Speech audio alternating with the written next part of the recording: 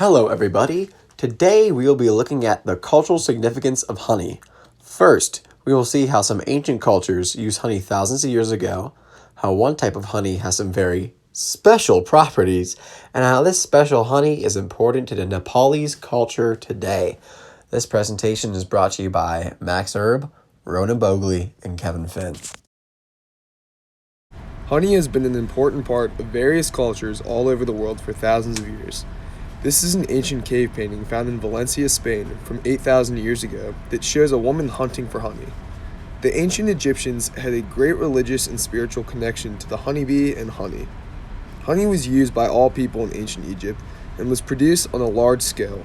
It was used for everything from sweetening food to preventing infection by being placed on wounds to paying taxes. Honey was used for religious purposes.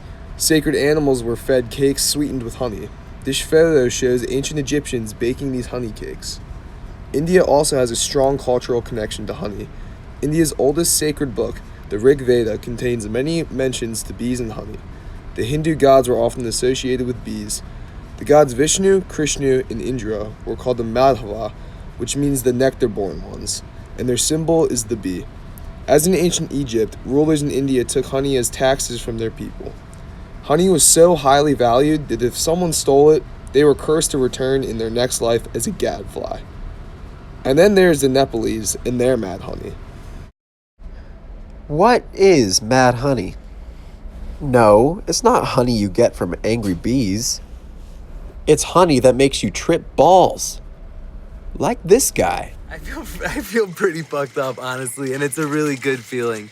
It's like icy hot. It's like a cold and warm feeling. It's kind of like being stoned, but it's kind of like being on mushrooms as well. The first recorded encounter with mad honey came in 401 BC along the Black Sea.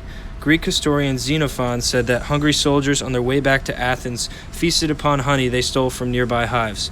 After a few minutes, the collection of 1,000 soldiers became disoriented and began vomiting and were unable to stand up.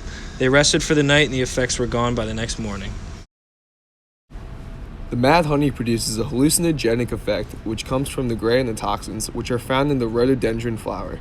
Rhododendrons can be found across the world in Asia, North America, and Europe. The ascent up the mountain starts early in the morning for these honey hunters. When they locate the beehives, they begin to smoke the bees out, which angers the entire hive. They must use long sticks to break apart the hive and push the honeycombs into baskets. They must work quickly in order to finish before the bee's venom takes its toll on them. They leave a portion of the hive untouched in order for the bees to rebuild their home for the next group of honey hunters that comes along. This is an extremely dangerous job for the people of Nepal, with many deaths each year attributed to honey hunting. Because of the cultural importance to these people, when one man stops honey hunting, another man takes his place. As you can see, honey has been of great importance to many cultures for thousands of years.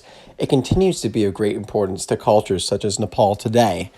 So, as this guy would put it, Honey good, honey good.